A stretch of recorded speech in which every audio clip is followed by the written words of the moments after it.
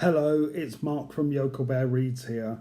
I'm quite looking forward to doing this video today because it's a bit of an introduction to my absolute favourite genre of stories, which is the ghost story. I absolutely love ghost stories. I've loved ghost stories since I was a young kid, and decades later, I still absolutely love them. And why do I love them? Well, the interesting thing is, I'm not necessarily a huge fan of the horror genre in its entirety. There are bits of the horror genre that I don't like. I don't like really gross out horror. I don't like anything that's kind of too real, like serial killer horror and stuff like that. I like a bit of supernatural, but I like it to be elegant. That's the only word I can find to describe it. I like some elegance, and zombies give me the heebie-jeebies but also they're really not elegant, aren't they? They're a bit messy and shambling, and I think also as well the whole vampire element of horror has kind of been taken over by Buffy, Twilight, stuff like that. And I've got nothing against Buffy. In fact, I really like Buffy and stuff like that.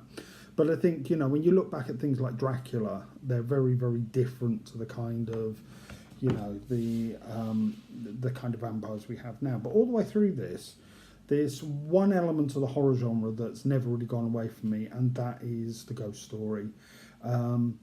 Ghost stories, I like them because they're often more subtle. A good ghost story is ambiguous. It's not about being chased up the corridor by a monster and seeing that monster. Very often it's just about something that you might have seen out of the corner of your eye and you're not sure. It's not the kind of outright disgust and horror that you feel with some of the horror genre. Though a good ghost story does deliver shocks, and very often they can be more effective because there's been this kind of very slow, subtle build up to that shock, which is, I think, deliciously creepy sometimes, and that's what I like. I like to be slightly creeped out, not absolutely disgusted and grossed out.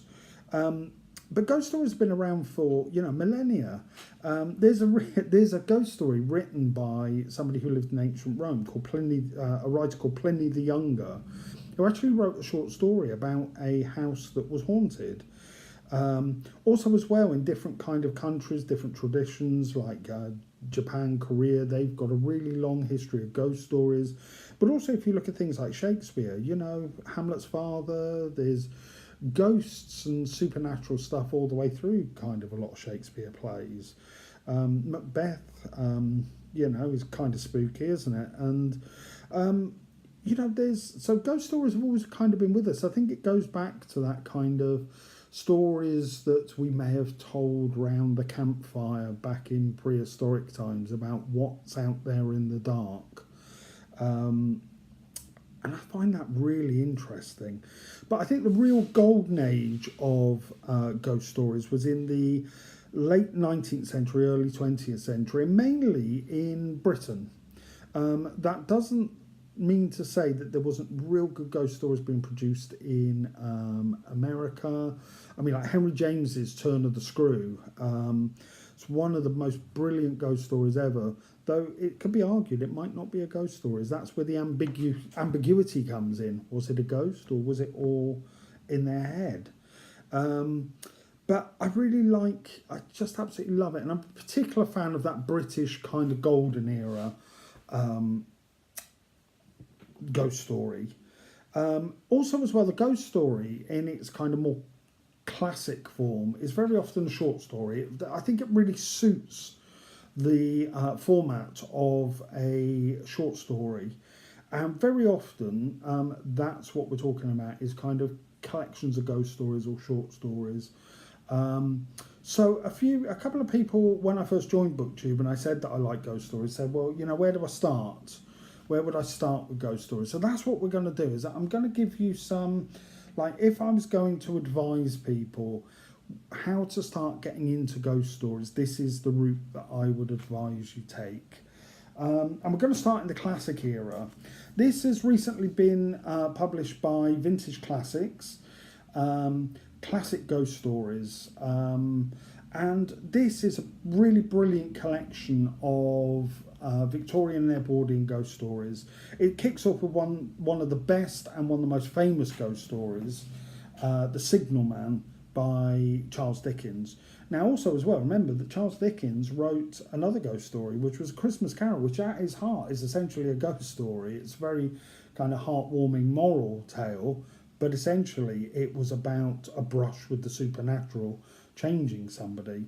But The Signalman, if you've never read that, it's an absolutely brilliant, creepy, slowly building story, and the payoff is absolutely brilliant when you realise what's happening. Also in here you've got M.R.James, more on him later. In here is Warning to the Curious, is probably one of the best stories I've ever read. Also H.G. Wells' The Red Room. H.G. Wells not only wrote science fiction, but he also wrote ghost stories as well. Edith Nesbit, Henry James, Frances Marion Crawford. There are some brilliant stories in here. There's about 15, 16 stories in here, and it's really worth picking up. Now, if we're talking about short stories, the real master of that kind of classic age short story was M.R.James, Montague Rhodes James, who was a academic from Cambridge University, and he wasn't by profession, he wasn't a writer of ghost stories. This kind of came about by accident. He was actually an academic, a medievalist, and was very interested in kind of medieval manuscripts and biblical stuff, biblical Bible manuscript stuff like that. He was the kind of really traditional English stuffy academic. But once a year, he kind of let his hair down in that he started writing ghost stories to tell to friends and colleagues, where they would get together, something called the Chit Chat Club, where they would get together on Christmas Eve and he would read them a ghost story. And so he started writing these ghost stories, and eventually they were published due to popular demand. But they started out in the real traditional form of the telling of the ghost story, which was literally an oral tradition, sat around a fire telling ghost stories. Now, M.R.James is, as I said, the absolute master. Some of the stories that you need to look out for here are Casting the Runes, which was made into a film called Night of the Demon. Also, one particular that's very famous, that I think's had a couple of adaptations on TV, is A Whistle and I'll Come to You, My Lad. Now, the thing with M.R.James and what you'll find in the stories is sometimes they aren't really traditionally ghost stories. They're more kind of creepy supernatural stuff that you can't really put your finger on. Some of them are outright kind of there is a ghost story. They're set in very traditional English settings, but also as well set in some of them are set in one particular part of the UK, which is the coast of East Anglia, which is, if you've ever visited it, can be quite a spooky place at times.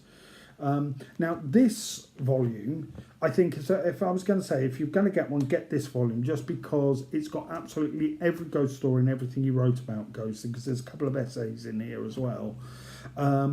But basically, it's got everything in there. Now, there are other volumes, there's shorter volumes than this, but I think if you really want to read some good stories, this is worth the investment. I'm not going to say too much more, because I think if I say too much, one of the great things about M.R.James is that I'm constantly disappointed that I can't go back and read them unsurprised. The first time I read them, do you know what I mean? I've kept reading them ever since, but I think just going into it and being surprised and shocked and the twists and turns, I think that's something I'm not going to take away from people. Now, the next thing I'm going to recommend is, again, one particular author. Now, there's a strange little coincidence, which is this author actually started writing ghost stories after he was a guest at the Chit Chat Club and heard M.R.James read some of his stories. Now, this author is E.F. Benson, who is better known for his kind of comedy of manners called Map and Lucia, which is very, very funny. But he also, at the same time as writing these kind of social comedies, was writing what he called his spook stories. He was a really interesting character, came from a fascinating family. I think his father became the Archbishop of Canterbury, but they were a very non-traditional family in some ways, all kinds of affairs going on and stuff like that. E.F. Benson, his writing is brilliant, he's pithy, he is funny at times. There's stories in here. There's one story called Spinach, which is about kind of spiritualists and mediums. That's actually really quite funny. It's spooky, but it's funny at the same time. But he's a really interesting author as well. As Mark Gatiss, who did the introduction to this particular volume, said rather pittily, E.F. Benson, he never married, as the obituaries used to say. So yes, I think we can say that possibly E.F. Benson was gay. I don't know. So, but that's by the by. But I mean, this is worth reading. The other stories to look out for in here are In the Tube and The Man Who Went Too Far. But again, this starts with the story Spinach, which is fascinating because it's both funny and quite spooky at the same time. So, and I think that's great.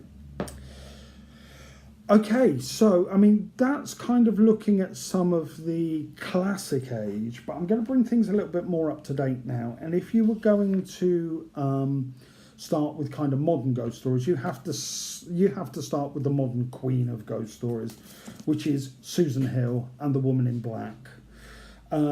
This is now a really famous story because there's been 2 film adaptations, one of them with Daniel Radcliffe in. But I will say, I'll tell you a funny story. I went to see The Woman in Black, the new adaptation with Daniel Radcliffe in it, and it was one of his first films that he did after Harry Potter. So I went to the cinema to see it, but I went in the school holidays. Well, that was a mistake, wasn't it? Because it was full of teenagers who had gone because it's got Daniel Radcliffe in it. And the film adaptation was really quite jumpy and scary. Teenagers can really scream loudly. Oh my God, my hearing was almost gone by the time I came out. I had to go and watch it again, just in silence. Now, The Woman in Black is a brilliant story about a kind of a curse, I guess, a haunting from before affecting people, affecting somebody at an old derelict house. It's also got a marvellous setting because it's set on an island that is cut off regularly by the tide, so you can only get to it at certain times. And again, look at the cover of that. I just absolutely love this illustration. Now, Susan Hill has written loads and loads of ghost stories, and this is, they're all published separately, but I would suggest this volume, which was published a few years ago by Profile Books, because you've actually got other stories in there. Her story Dolly, The Man in the Picture, and The Man in the Picture has got one of the creepiest scenes I've ever had in a ghost story. It really creeped me out for days afterwards. It's something to do with a picture, as you guess, The Man in the Picture, but it's when somebody realises how a picture has changed. There's also the story The Printer's Devil Caught, and one of her best ghost stories, which is the Small Hand, which is about somebody who stops his car to look at a derelict house, and as he stood there, he suddenly realises that a small invisible child's hand has taken his hand, and that's how it starts, and it's delicious. So Susan Hill, you've really got to read some Susan Hill if you want to get into ghost stories. Bringing things a bit more up to date, this was a great ghost story published last year, Kate Murray-Browne, The Upstairs Room. set in modern London, set in a kind of set in a Victorian house that's been renovated and stuff like that. And as you gather, it's to do with the upstairs room. Now, what I love about this book is, again, it's the ambiguity. Is even right at the end, you're not 100% sure whether what you're dealing with is supernatural and what have you. I think there's an ambiguity in this book, and also I love the way that it kind of puts the modern against the possible old feel of the supernatural. How modern people in this kind of secular age of reasons and skeptics, how do they deal with it when something supernatural comes their way? So yeah, I'm throwing that one in as if you want something really modern, this is a good start. If you want something really fun, The Ghost Hunters by Neil Spring. Now, I really rate this author because his books are just such fun to read. It's about a real character and about a real house. It's about Borley Rectory, which was a real house in England until it burnt down in mysterious circumstances, which was reputedly the most haunted house in Britain. And it's a kind of a retelling and a reimagining of a investigation that was done by a really fascinating character called Harry Price, who was around in the kind of 20s, 30s and 40s in the UK, who was a bit interesting because he was, on the one hand, a ghost hunter, and on the other hand, a skeptic who spent a lot of time trying to disprove spiritualism and stuff like that. And he's a fascinating character. Now, in this book, what I love about Harry Price is that he's not entirely likeable. He's very driven. And there's a character called Sarah who becomes his assistant. And I think she's absolutely fantastic. She's a real kind of proper heroine, a real proper kind of, she's a bit of a game girl in kind of, just getting stuck in this investigation. But I really love the way that Harry Price is written, not as this kind of one-dimensional ghost hunter, but actually a really complex person who was kind of very conflicted in a lot of ways about what he was doing, and also wasn't above kind of cheating and faking stuff. But Neil Spring, this you will romp through this book because it's written like an adventure, and it's absolutely brilliant. There was kind of a follow-up to this. I don't know whether you call it a sequel, but the same characters investigating something else, a book called The Lost Village, and also his book The Watchers. Those three books. I tracked this author down. He's absolutely great. I'm going to finish off with two books by the same author, and in a lot of ways they're kind of the same, but they're kind of not. Now, this is one of my favourite novels that's a ghost story ever, because this is, and what I'm using as a criteria is stuff from here. This book has stayed with me since I've read it. Dark Matter, a ghost story by Michel Paver. It's set in the Arctic Circle, and essentially it's about somebody who goes on an expedition to the Arctic Circle, and he kind of gets left behind, and where he is on this deserted, like ice-bound beach in the Arctic, something's there with him, and something that comes in the dark. But the real kicker is, this is all happening just as the Arctic winter kicks in.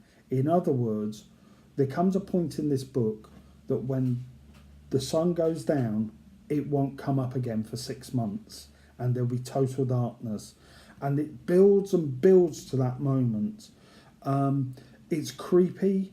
There's a lot of times it's not about what you see, it's about the kind of things that you don't see. And also you get into the head of the main character, that kind of dread and that terror that's building in him, and he can't get away from this place, and he knows that there's something there with him, but he's got no idea what it is, but he knows that it's there with him, it's watching him, it's hunting him. And I think, you could just feel the Arctic when you're reading it. I felt cold when I was reading it. Now, Michel Paver also followed this up with a similar kind of book called Thin Air. And this is about a kind of similar ghost story, but set on a Himalayan mountain expedition in the kind of 1930s, 1940s. Now you think it's, you know, she's just doing the same thing, transposing it from one cold place to another. But actually they're very different books. Similar premise, very, very different books. Plays out in very different ways. Now on the back, I think this is what did it for me was, all it says on the back was, but it was there. I saw it. And worse than that, it saw me. And that's, you know, if I wasn't going to buy that, I would have bought it just for that. There's a real sense, again, I love, a good ghost story gives a real sense of dread that builds and builds and builds. So, yeah, Michel Paver, Dark Matter, Thin Air, either one of them, get both of them. Now, I'm going to finish off by just saying that something that I've been thinking about with this channel, and, you know, I'm still really starting out. I've not got many subscribers, so I don't know who's listening out there. But there's one thing that I think I'm going to try and do. It's a little way off, and it's a bit odd that I'm doing this ghost story thing in summer, but I just couldn't put it off because I really wanted to do this video. Probably would have been best in autumn or winter, but we can revisit. I'm going to review some of these properly. But there's a real tradition that I think that's been lost in this country, certainly in Britain, but it's something I'd like to try and revive, and that's, you know, and other people have been trying to revive it through stuff on TV and what have you. And that's the idea of ghost stories at Christmas.